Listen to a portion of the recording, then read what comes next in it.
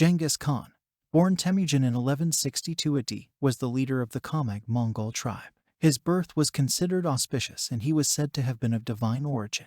He had 3 brothers, 1 sister, and 2 half-brothers. Both him and his siblings lived with their parents. Temujin's early life was difficult. His father arranged a marriage for him at the age of 9 and sent him to the family of Board of the Khanate tribe, his future wife. Until he reached the marriageable age of 12, he served the head of the household there. When he was heading back home, his father visited the neighboring Tatars, who were the enemies of the Mongols. They offered him food and hospitality, but it turns out his food was poisoned and he soon died. Upon learning this, Temujin wanted to take his father's place as the chief and rushed home only to be rejected by his own tribe. His entire family was abandoned and left to fend for themselves without any protection.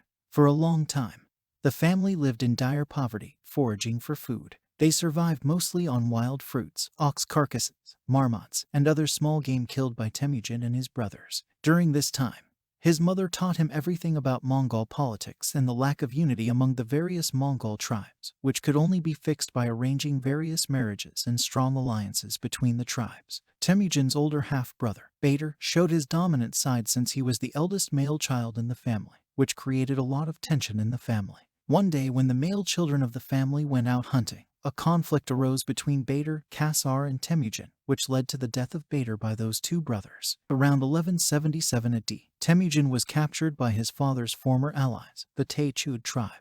He was enslaved, tortured, and humiliated by making him wear a wooden collar. One night, when they were feasting, Temujin knocked down the sentry with a blow from his wooden collar and fled. He was later seen by a guard who was very impressed by his acts and helped him escape even though it might cost him his life.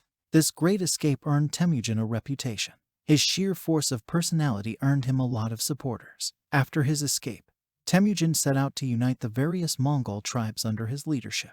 He used a combination of military force and diplomacy to bring the tribes under his control. He formed alliances through marriages, and also offered protection and resources to those who joined him. He also implemented a strict code of law, known as the Yasa, which ensured that all members of the tribe were treated fairly and justly. As he gained more supporters and allies, Temujin began to conquer neighboring tribes. He defeated the Tatars, the Naimans, and the Merkits, among others. His military campaigns were characterized by their speed and efficiency, and he was able to defeat much larger and better equipped armies. His reputation as a fierce and unstoppable warrior grew, and more tribes joined him willingly. By 1206 AD, Temujin had united all the Mongol tribes under his rule, and he was declared Genghis Khan, or universal ruler. He went on to conquer much of Asia and Eastern Europe, creating one of the largest empires in history.